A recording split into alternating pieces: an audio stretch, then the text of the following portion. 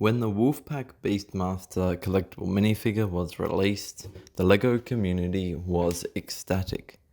But what they never saw coming was the mayhem that would follow. Firstly, we have to establish a bit of context. Most importantly, the figure itself. Just look at it and you can see it's amazing. The exclusive torso, head, cape and legs are a great start, but when you consider that the cape has a unique furry texture and the hood and wolf are both new and exclusive molds, it's no wonder that this figure is so highly sought after. Also, the context as a knight makes it ideal for army building, meaning that people want to accumulate a number of these figures to create an army of knights and a pack of wolves. When we look at the other figures in the box, it's no wonder that this figure is the standout. All the other figures are average. Some are pretty good, but it's pretty much what you'd expect and not necessarily what you'd want. Or what I want, anyway.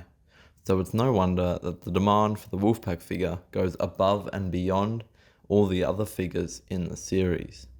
The other factor to consider is that there is no other substitute for this figure. If you don't have it, you don't have a LEGO wolf. If you don't have it, you don't have a Wolfpack figure. Of course, there are a few sets from the 1980s, but those figures don't hold up to modern minifigure standards, and the single figure in the medieval market square is vastly inferior and very expensive, as there was only one that came in that set. With the Black Falcon Archer collectible minifigure from series 23 or 24, I can't quite recall, it was a nice figure, but really nothing new.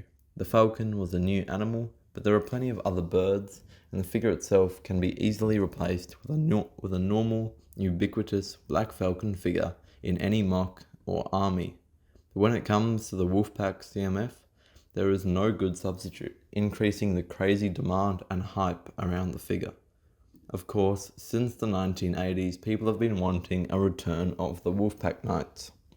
And so, these fans that have waited 30 years will, of course, want to stock up on these figures. The common notion is probably that because we haven't seen Wolfpack minifigures in 30 years, we probably won't see any in another 30 years, even though that's probably not the case, as we've seen with recent LEGO sets bringing back the LEGO themes from the 80s and 90s in order to sell them based on nostalgia. Now, for those who don't know, CMFs used to come in plastic bags, and those skilled enough could identify the minifigures by feel. Nowadays, they're in boxes, and so you can't feel them without opening the box, and then if you don't buy it, and you've opened the box, you've just damaged store property. However, there are QR codes on the bottom of every box that can be used to identify the minifigure inside, and so people will rifle through the box, scanning every QR code to find the minifigures they want.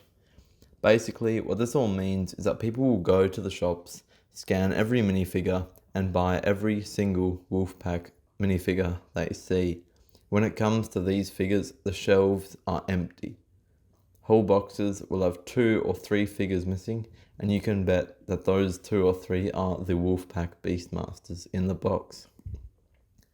What this means is that even though these figures can be bought anywhere for $4 or $5 if you're lucky enough to find one, the prices on the aftermarket are huge at $20 to $30 because they're not easily found. For comparison, the most highly sought after figure from Series 20, the Raven Knight, has only recently exceeded those prices, and it hasn't been sold in shops for a number of years.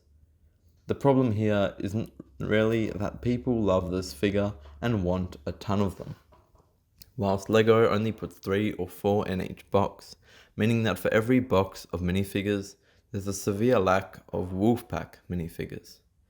It's a hard problem to combat, but I reckon the only way to do it is either to reduce the demand or increase the supply.